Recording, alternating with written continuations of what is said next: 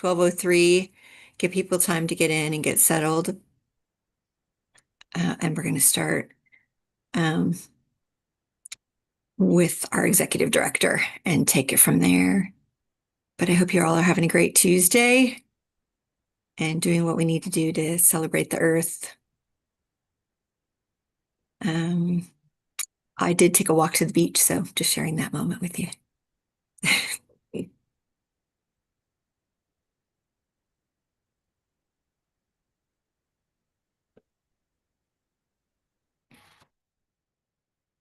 Just to let you know too, when we get started, everyone is muted. In the chat, our support will let you know in the Q&A tab that you can put questions in there, and those can get answered along the way. We'll address those about a third of the way through and then again at the end. So we'll give you a chance to ask some questions. The webinar is being recorded and shared along with the materials, so you'll be able to have access to it via our YouTube, and we'll send it out to everybody registered at that time. So that'll be helpful for you if you have to tap out early or come in late. It's 12:02, so we're going to give it another minute, and I think then we'll get started. So glad to see everybody's coming on board. Again, I'm going to just introduce myself really quickly. I am Maria Sundin. I'm the Senior Communications Strategist with Western Center on Law and Poverty. I want to welcome everybody. We're going to stay muted again, so you have the Q&A and you can ask questions there, but really it's going to be we're going to have a lot of back and forth, so we'll have opportunities throughout the chat to have questions and have Corey and Brandon answer what your curiosities are all about. We're going to start with a really, I'm excited to present this discussion around what Western Center is doing. We're going to get started here, what we're doing and what our focus is to meet the challenges in today's climate. And we're going to introduce you to our new executive director, Corey Rosella. She's going to be joined later on by our Director of Policy Advocacy, Brandon Green, who's going to follow up after her talk and Q&A with a deep dive into the systemic hurdles that are still in place and what we can do and what we're planning to do from Western Center and what you all can do to work together to improve the lives of all of us in the community. I'm going to just first introduce Corey, and then we'll introduce Brandon when he gets on board later on. She's a long history with Western Center, so I'm really excited to introduce her. She came here after serving as the Vice President of Programs at Asian Americans Advancing Justice, Southern California, AJ SoCal. And prior to that, she worked with Western Center for many years, first as a staff attorney and then as deputy director, where she managed the litigation teams and led initiatives centering racial justice. She was a key person involved in helping to implement the expansion of Medi-Cal to undocumented youth and young adults, and was a key part of the impact team that fought to protect due process rights and Medi-Cal notices, helping hundreds of thousands of people on Medi-Cal every year to renew their coverage. So she's a powerhouse, and we're really happy to have her and to hear more of her vision and what her story is. So let's welcome Corey, and thank you for being on board. Thank you so much, Maria. It is so great to be here. And I did the math, and today is, well, tomorrow will actually be my 100th day. That's usually pretty key marker for what signs of progress we've made in this time. And I have to say, there's no place I would rather be than here at Western Center. It's incredible to be back with the amazing and passionate staff, meeting the moment that we're in. I want to talk about four things broadly today. One is defining that moment that we're in, talking about our roots in this work, explaining a little bit about my vision, and then to talk about what we are doing to meet the moment. So I don't need to tell anyone in this webinar that we are in a very critical time. Whether you are listening or reading the news, every day we're hearing about new devastating and destructive policies that either have an overt or indirect impact on low-income individuals and Black and Brown communities. And we will talk a lot about the federal landscape, but I also want to recognize that what we're doing in our state is a continuation of addressing the myriad problems and issues that California has, especially with low-income communities. So our work there also continues as we widen our focus to also include some of our federal work. So at the federal level, the strategy is chaos. And the strategy is to flood the zone and overwhelm and break the systems that we all took for granted were bedrock, that a lot of the things that we thought were critical pieces of infrastructure are norms that are being broken all the time, every day. And the stories that we hear are often about the most powerful being challenged. And those powerful entities often have the resources to fight, or they have the means to concede to demands so that they can protect their own financial and economic interests. But it's our duty and our privilege to tell the stories of the most impacted with the fewest resources. So, the moment that we're in is really built on cruelty, exploitation, and a form of extortion. There is a fantastic article from the Center of Budget and Policy Priorities that talks about the three-pronged offense on low-income communities and communities of color. That really talks about how the legislative budget bill, the cuts to government agencies and services, and the tariffs have a disproportionate and devastating impact on low-income communities.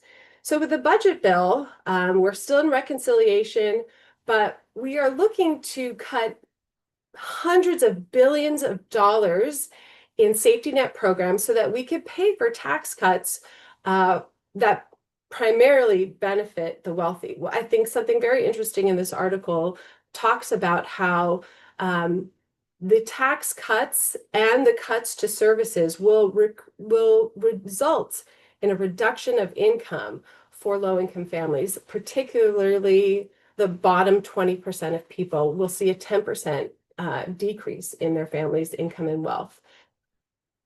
On top of that, we're seeing cuts to government agencies and services, which also serves as a type of bureaucratic disentitlement.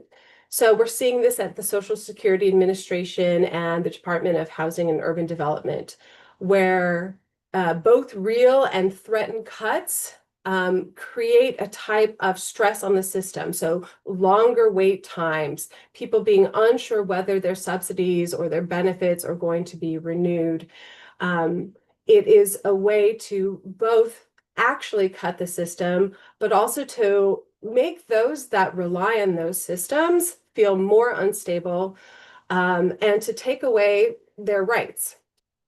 And then lastly, the third front of this war is really on tariffs, which doesn't have an immediate obvious impact on low-income communities, but it's the beat after that, you realize how regressive they are with price increases, what it's going to do to the job market. The communities that can afford it least will bear the highest burden.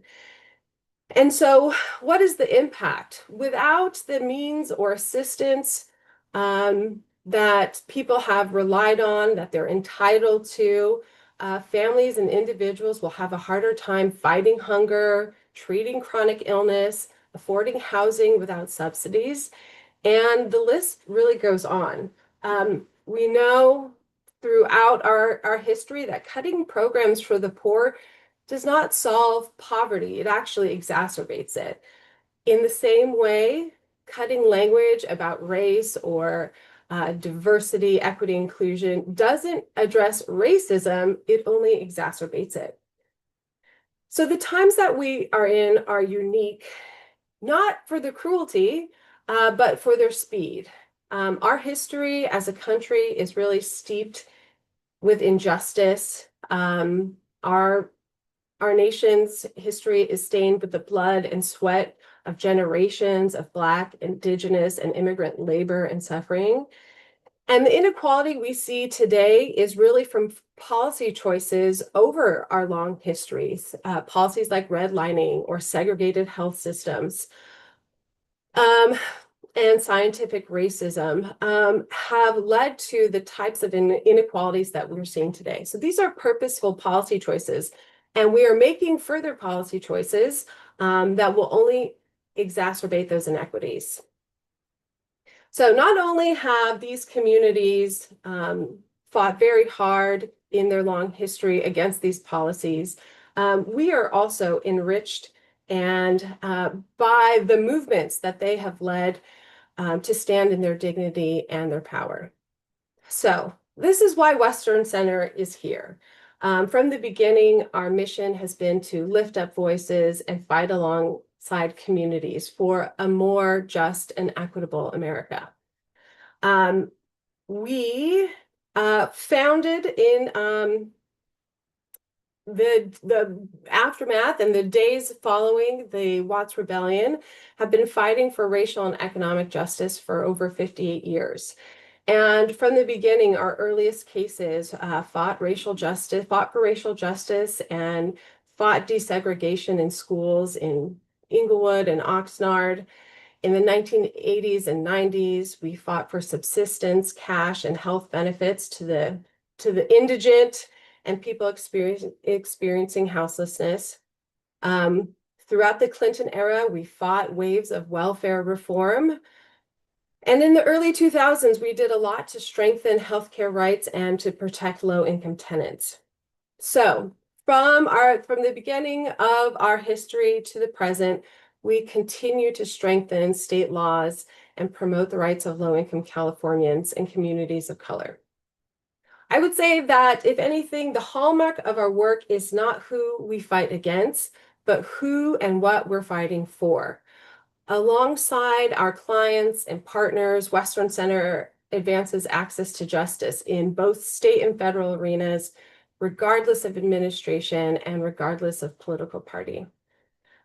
So my vision for us is really building on our legacy and standing on the shoulders of the giants that preceded us.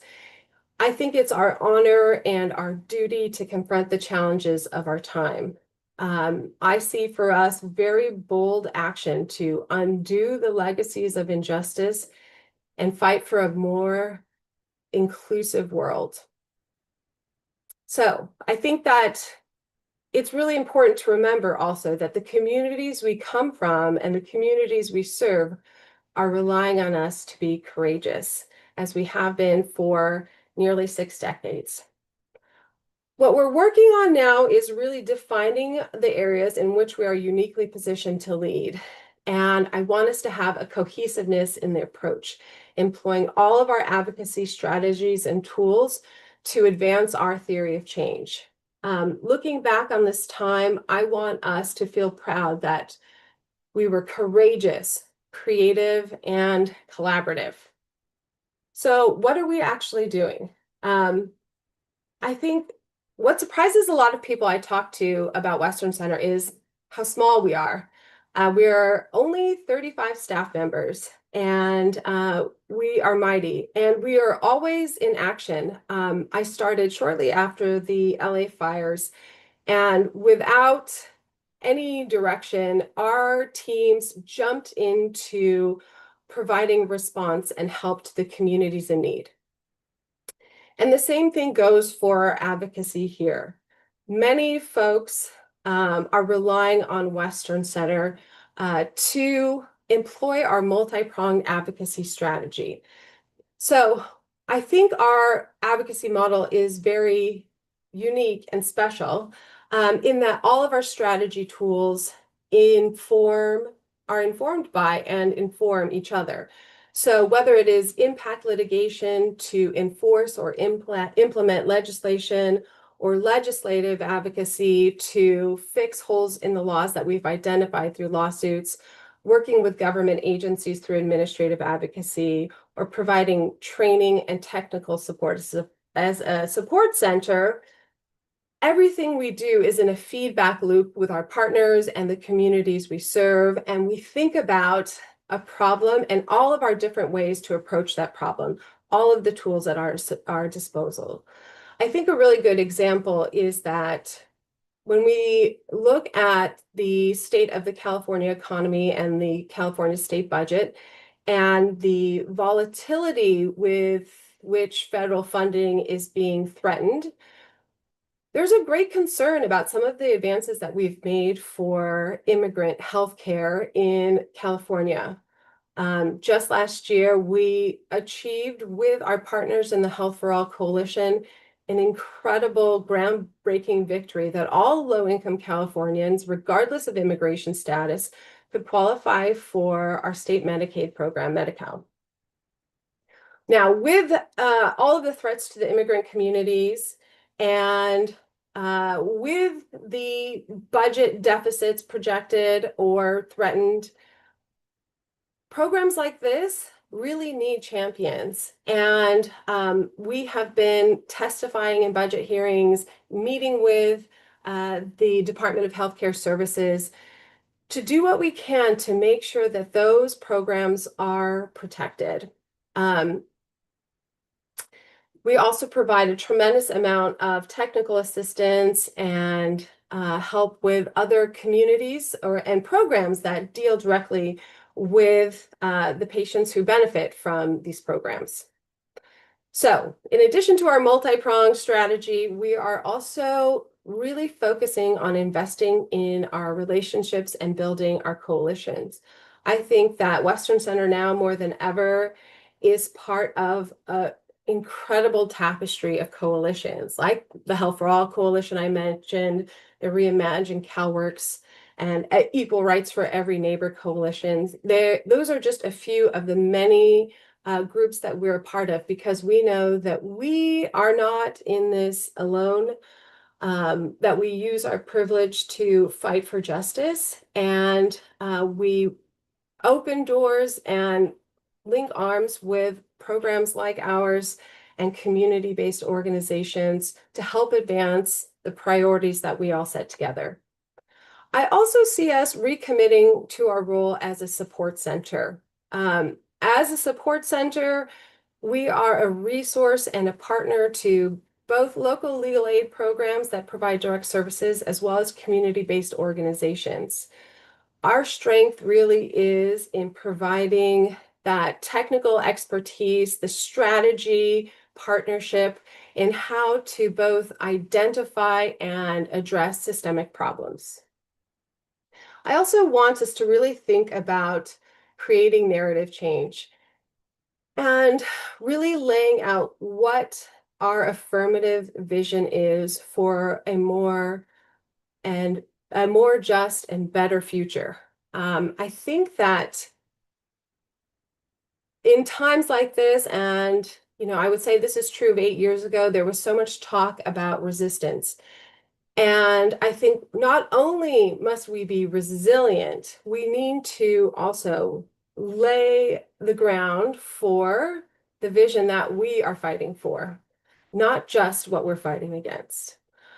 Some particular areas that we are employing our multi-pronged strategy, whether it is impact litigation, our support center work, our administrative advocacy, or legislation, is really around defending Medicaid, looking at the housing rules around immigration, and protecting food benefits through the SNAP program. This is, I feel like, just scratching the surface of what we're thinking about and what we're doing. But I want to pause here and see if there are any thoughts or questions about what we're doing or how I'm thinking about the moment we're in.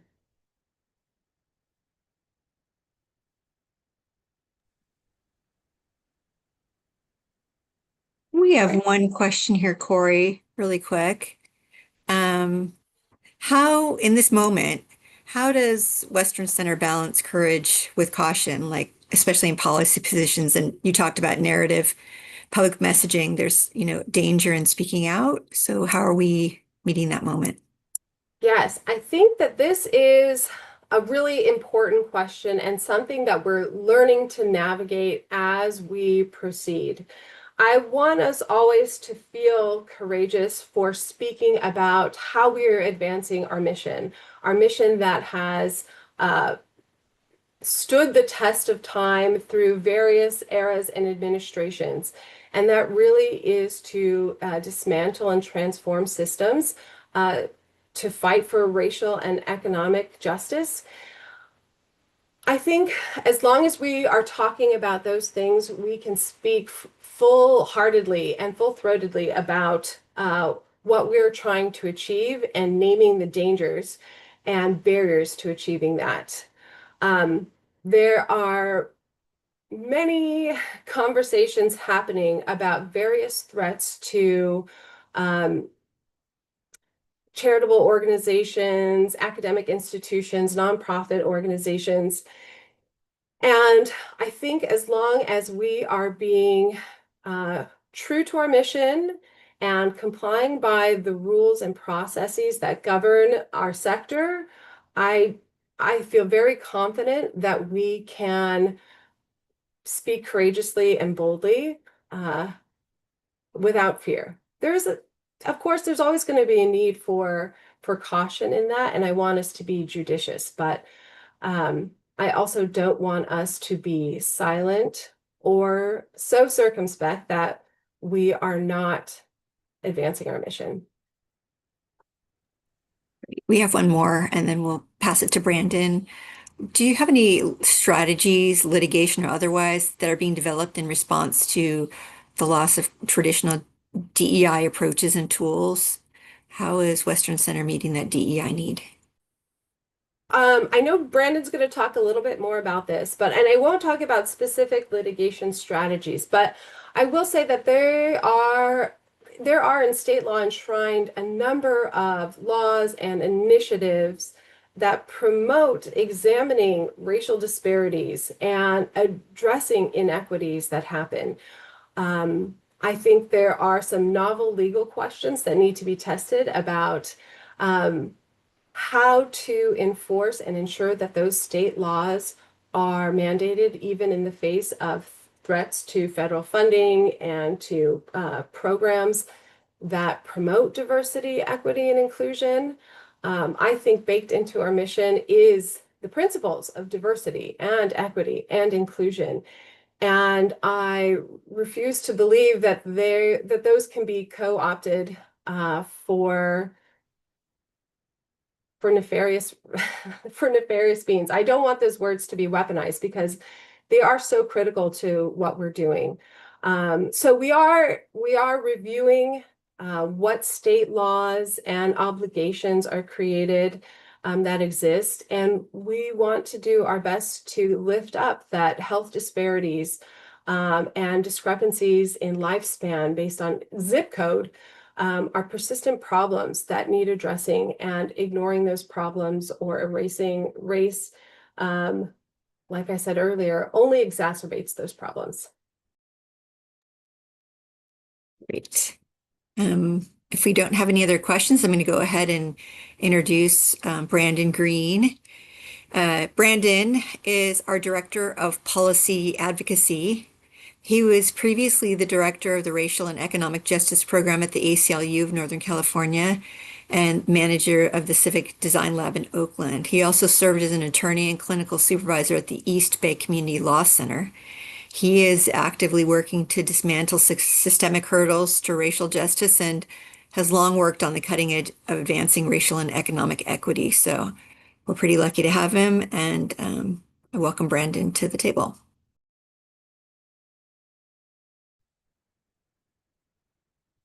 Thank you. Good afternoon, everyone.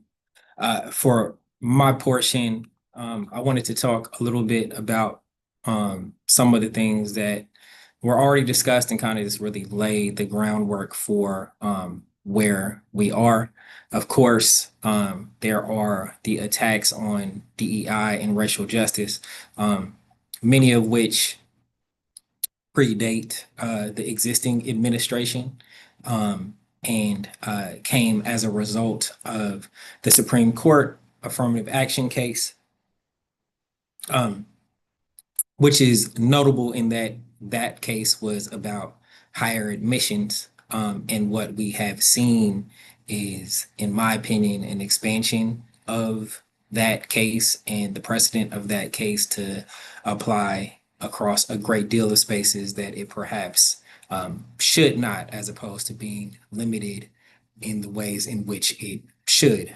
Some of that has been sort of pre-compliance with things. There have certainly been some legal challenges that have been brought forward, but the central question as to how far that particular ruling goes has not been answered. But of course, we have seen both in the nonprofit space and some university spaces and even in some philanthropic spaces, a chilling effect that has been created. And this, of course, is how that side wins, not by the precedent that is set, but rather by the widening compliance. We have seen this exacerbated since the presidential election, with threats to universities and institutions, um, mainly around not only sort of curbing their programming as it relates to DEI, staffing, and other elements of their work, but also in demanding that they implement a sort of what I would call a different sort of DEI, at least one that they believe is valid. So you see discussion about viewpoint diversity, and you see discussion about protection of certain students and other things, which is, in my opinion, the flip side of the very coin that they have said they are challenging. This is a sort of scary proposition as we look to these institutions that we see as powerful institutions, be they universities or powerful law firms or courts, to be the ones who sort of preserve the policies, practices, and systems that we've all come to know. And it is a demonstration that we are in unprecedented times that require sort of unprecedented thought about how we intervene at this moment. We've also seen the canceling of DOJ investigations and consent decrees as it relates to police practices, quashing dissent, canceling student visas. And in California, this exacerbates sort of the existing groundwork that was brought forward by Prop 209, which again placed certain limitations on targeted interventions. But as is the case with the ruling in Students for Fair Admissions versus Harvard, in both instances, there's been an overcompliance, which has had a chilling effect.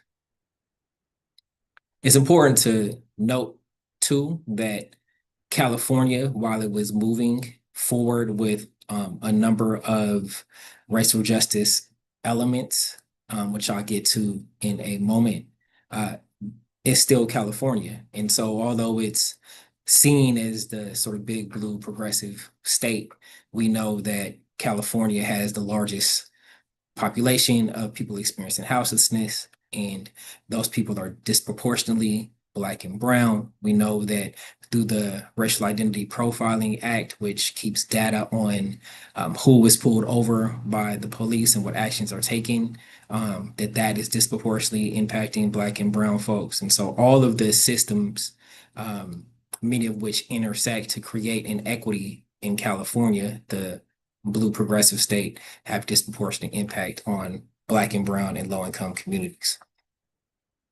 Much of what we see happening federally, as I alluded to before, is driven by a sort of nativist frame, which has centered the grievance of one population of folks in policymaking. And this is sort of evident by the coining of phrases like DEI hire, which questions the hiring qualifications of individuals of color, but not the many individuals who've been hired into various positions in the current administration. And this is despite the fact that DEI and the programs associated with it have disproportionately benefited white women. And despite the fact that occupational segregation remains real for communities of color, particularly in California, I say that as an attorney, while the legal profession, for example, remains the least diverse industry. And the practical impact of all of this is not only are the small, hard-fought gains being unraveled in real time, but the very large gains from the civil rights movement are being dismantled in real time. And as I alluded to, many of the institutions, some of which had not adequately either protected or advanced justice for communities of color in the first place, are also being dismantled or reworked to further harm. There's been a lot written about how various folks are standing up in this particular moment, and I think this is important to note as to the question that was asked of Corey, which is, in my experience, both before coming to Western Center and now, there is a sort of a thread on the sort of progressive legal side as to what kind of cases to bring, a fear of setting bad precedent, a fear of making bad law, and really showing that every box is checked in order to bring a litigation. We have seen that that's not really been the case on the other side, where all of the things that I learned in law school around standing, around precedent, around what is a good case, what are the necessary elements of it, have sort of been upended. And so that is recognition of, again, us being in unprecedented times. These are not the same social political times that we were living in before, and so it will require us to think differently about bringing sort of novel challenges. I'd also note that one of the lessons that I think California and other folks on the left are wrongly taken from the election is to lean into policy positions that would placate and peel off voters who tend to lean more center right. And you see that in policy. So California not only failed to pass the proposition that would have barred involuntary servitude in California, but also unraveled Prop 47. And so I sit here having been in Assembly Public Safety this morning, where there was a great deal of what I would say is bad criminal justice bills introduced. I think on a week-to-week basis are probably submitting, have been submitting maybe half a dozen, if not more, support or opposition letters outside of the bills that we co-sponsor.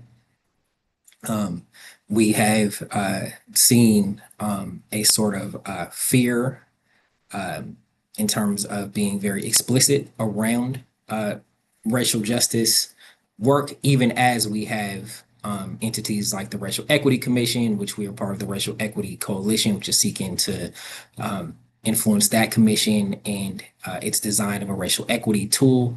I already mentioned the Ripple Board, which for years has been collecting data on police stops and the racialization of those, but has yet to really be able to implement significant amount of change there. We've had the Racial Justice Act, which made it so that you could challenge racial bias at any point in a criminal case. There has been a bill introduced to sort of curb some of that, as well as bill to introduced to curb the protection that one has as a juror, saying that you've had negative experiences with police officers. And so it's not just sort of an expansion of the criminal legal system, but it's really been some bills introduced to unravel many of the gains of years of organizing. And I would say that, this sort of all comes to what comes to the forefront is both the Overton window has been expanded in terms of political talking points that would have thought to have not gained legitimacy previously. For example, attacks on birthright citizenship, um, even floating the idea of jailing citizens who've been convicted of a crime in foreign prisons. And even legal arguments that would have seemed dead on arrival are being advanced. And as I alluded to before, progressive legal advocates are still operating as if the norms and institutions remain the same. And we're still being held back by ideas like setting bad precedent and bad case law, which the other side does not seem to be burdened by. But we are also engaging in the necessary work of moving forward. I ran to hop on this Meet the Advocates after leaving a press conference that I was lucky enough to speak at for AB7, which we are a co-sponsor of, which is a bill introduced by Assemblymember Bryan, which would allow higher institutions to allow for preferential admissions for descendants of chattel slavery. So I was lucky enough to both participate in that press conference. We'll be testifying on that bill in about an hour. I was lucky enough to testify before the Reparations Task Force. We are in support of a number of repair bills that are also being introduced. Tomorrow, another bill that we are co-sponsoring around decriminalization of homelessness will be being heard, and there's a significant number of other bills that we are either co-sponsoring or actively supporting, which is noted in the legislation tracker in the chat. And I think I will pause there. Thank you, Brandon. That's a lot and it's pretty impressive. I have a couple questions for you, and then I think we have a couple that'll bounce back to Corey. So, how is Western Center dealing with the chilling effect that you mentioned? And in what ways is the organization intervening to make sure the laws are followed or to combat the unraveling? That's the first one. Sure. So I think in part, the way that we are doing that is continuing to do the work that we've been doing in the coalition spaces that we are a part of. I mentioned the Racial Equity Coalition, which is specifically for ensuring that the tool that is released by the Racial Equity Commission will be one that is useful for ensuring that the outcome of racial equity is achieved. And so in that coalition, we've met individually with the individual commissioners. We give public comment at each of the commission hearings. We've submitted letters with recommendations, et cetera.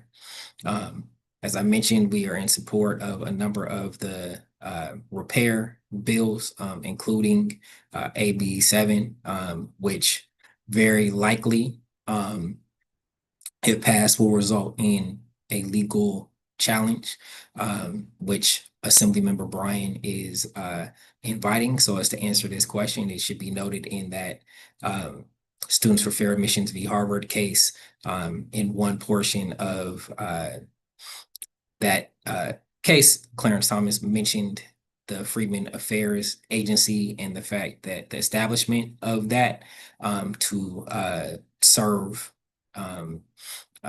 folks who were part of chattel slavery and others was racially neutral on its face, and even as a proxy would be an underrepresented proxy for Black folks. And so arguments around this sort of thing being race-based, I think, fail. But the fact that we are a co-sponsor of that bill, I think, is huge in sort of advancing both novel legal theories as well as solutions to moving forward. Similarly, as I mentioned, there's a number of on-ramps to houselessness, the criminal legal system. We are part of the Debt Free Justice Coalition, which has done a lot of work around criminal fines and fees and really coined the phrase racialized wealth extraction to talk about the ways in which government entities extract wealth from low-income communities of color. And that's not even touching on the work of our health team around disparities in Black maternal health and a number of other things in the housing space as well. And so we are not doing this work alone, but we're doing it in coalition, and we are making sure that we adhere to our mission by being explicit as to our work being racial justice as well as economic justice, and that is also sort of influenced some of the things that we take positions on. We were asked to take position on a bill around the impact of tariffs, for example, and we're lucky enough to submit comments about the study bill to ensure that the study bill would include sort of disaggregated data as it relates to various communities in California, because we know if the price of groceries grow up, or the price of consumer products grow up, who is going to disproportionately impact, for example. And that was not something that was present or going to be present in that bill before we mentioned it.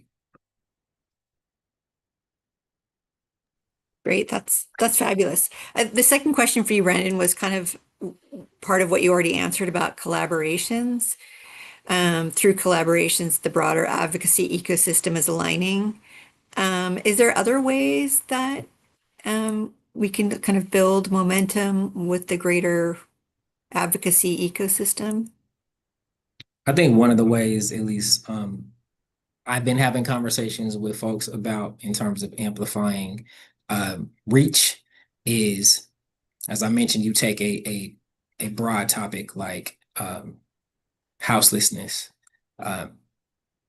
That is the effect of the intersection of a lot of different things: the criminal legal system, the housing supply, rent burden, police contact, all these different things. And so you have some folks who work in the housing space, but they end up not really being in conversation with folks in the criminal justice space as they should be. We have some folks who work on homelessness, but they're not in the spaces around economic justice or the criminal legal system.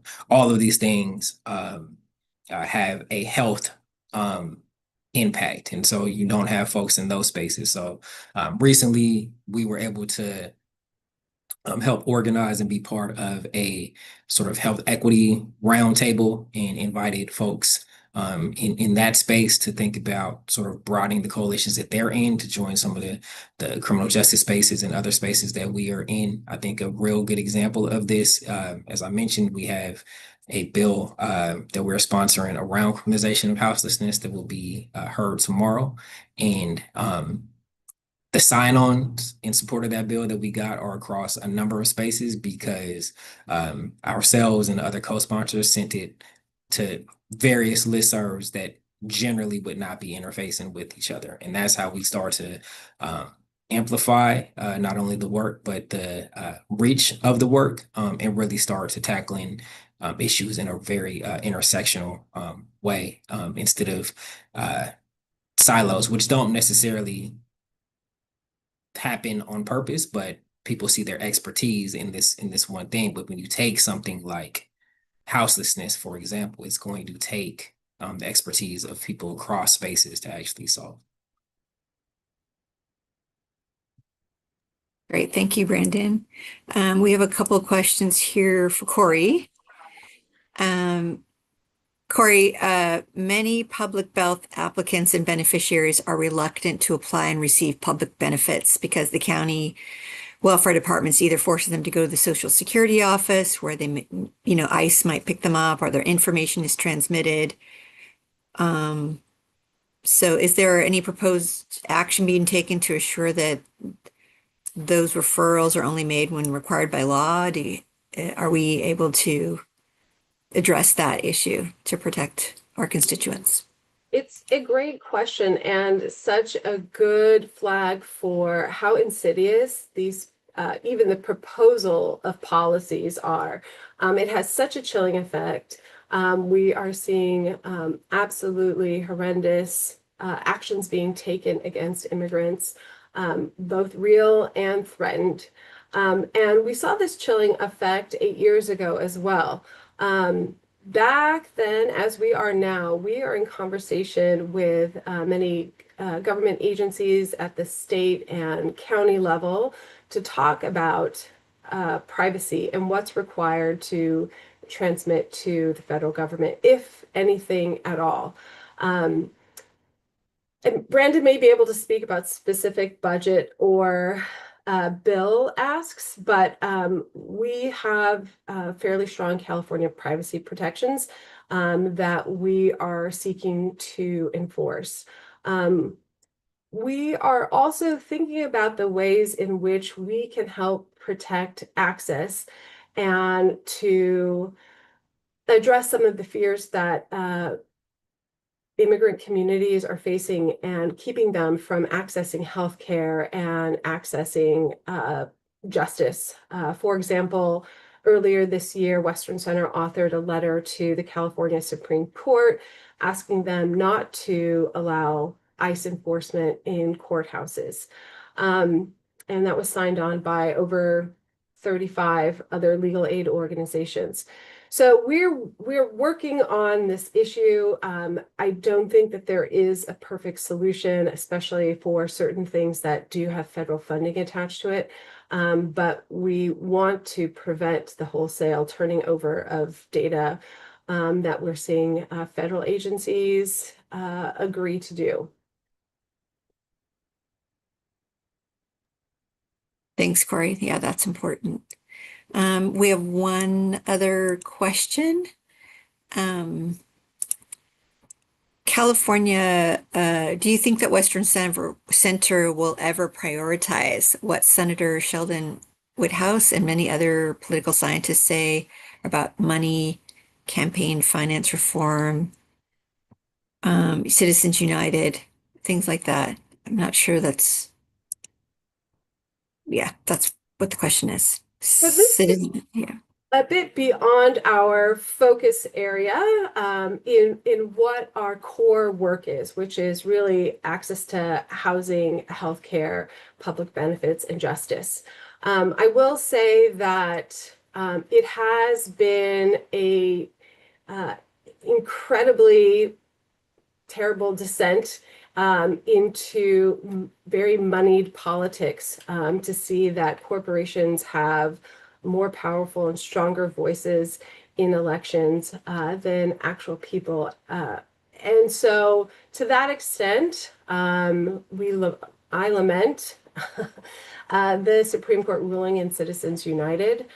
We don't work on election issues or campaign finance reform, however. When possible, we think about mandatory arbitration clauses, but we don't often, well, actually, I'm not sure about that. I don't know, Brandon, if you have any thoughts about systemic arbitration, fraud, or mandatory arbitration clauses. I have thoughts, but I don't think that that is the work that we engage in. I mean, certainly there are conversations that happen that we sometimes engage in that have specific elements of litigation or things that we see as either expanding or restricting access to justice. I mentioned, you know, the ability to be to serve on a jury and be able to honestly say, you know, I've had bad experiences with police officers, but that doesn't make me biased and I shouldn't be removed from a jury for that, right? There are things that we engage in on the civic engagement side, but as much as I wish that we had the power to unravel Citizens United, for example, we don't. There are other talented attorneys and policy people working on those. things, and I would politely push back against Senator Whitehouse as those being the most pertinent issues, or I think that they are important. I think when almost 50% of people experiencing houselessness in America are Black folks, and then much larger when you add other communities of color, that sort of thing happening in a country as prosperous as our country, and the amount of money that is spent on elections versus housing and feeding folks and having a real robust public safety net are the things that should be worked on, and we're lucky enough to be working on those things.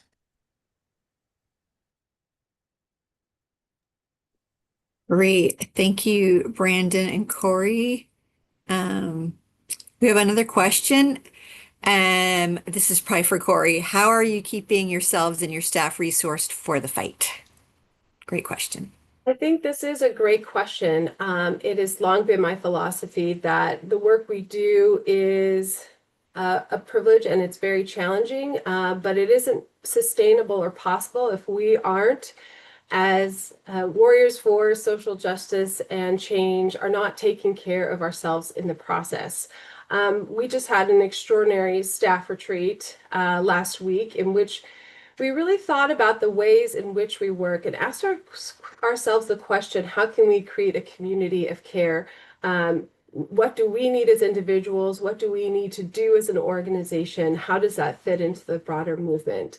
I take great solace in the fact that we are part of a broader tapestry of organizations fighting for similar things, and that we don't always need to be at the forefront of every moment in every fight, that we do this in solidarity with many other organizations. So we're thinking a lot about how to create those communities of care, and encouraging people as much as possible to really take care of themselves so that we can sustain our efforts to make a difference.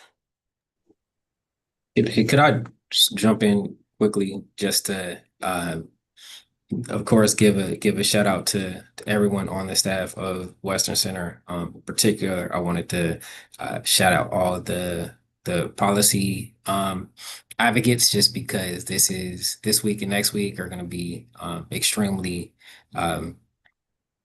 busy, and while we definitely try to be particularized in the things that we co-sponsor, for example, I really can't say enough about the amount of bills that have been introduced this year, even with the sort of limitations that were supposed to have been put in place.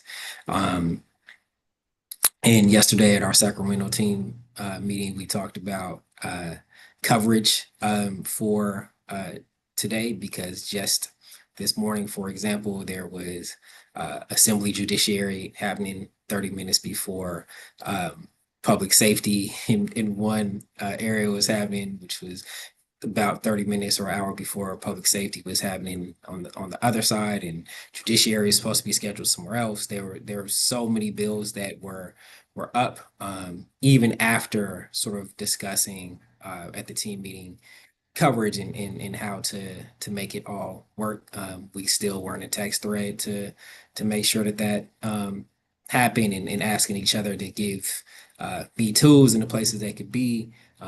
I had to leave to go to the press conference, and so I had to ask my colleague from the Criminal Justice Coalition to give me tools on my behalf, and then ask someone else to testify on a bill that I won't be to testify on because I have to testify on another one. And so there's a great deal of things happening at the legislature, but I just wanted to shout out the policy advocates for really sort of circling around each other to make sure that we can be in 10 places at one time, because it's a lot, and that's not even to think about all the breaking news that is coming into people's phones. So folks are trying, I try to take care of myself with really bougie coffee, which I'm overdue for today. So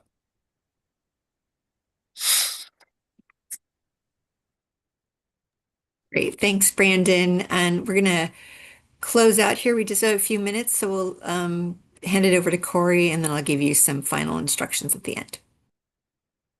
I want to really thank everyone for joining us today. And I really want to echo Brandon's gratitude to the incredible Western Center staff. To a person, each one of us is here because we love the work, because we care about each other, and because we really believe in the mission. And I am so lucky. I feel so lucky and happy to be back at Western Center. I couldn't, as I said at the beginning, I couldn't imagine a better place to be in this moment, to fight for our values as an organization and to advance our mission. I also really want to thank the community of our partners that work with us. I know many of them have joined today. We wouldn't really be able to do this work without your partnership, both in thought and action, and that solidarity means everything to us. And I also want to thank the Western Center Board. Their support and their belief in the organization is so enduring, and it's very inspiring. And I think it really empowers us to have the freedom to do great work. So in closing, just want to express my really heartfelt gratitude to everyone for joining us today, for being with us in the fight, and for helping us make a difference. Thanks so much, Corey. And thank you, everybody, Brandon, Corey, and our behind the scenes guru, Nora, for putting this together and keeping everything on track. As put in the chat, you can join us on our website to find out more. The legislative trackers is in the chat, the link for that. You can also find us on various social media channels, LinkedIn, YouTube, Instagram, Blue Sky, Facebook, and Twitter. You can also find a recording of this Meet the Advocates on our YouTube page, and we'll be posting that shortly. So you'll be able to rewind, play it there, and kind of reinforce what we're saying today. So thank you again, and we appreciate all of your attention.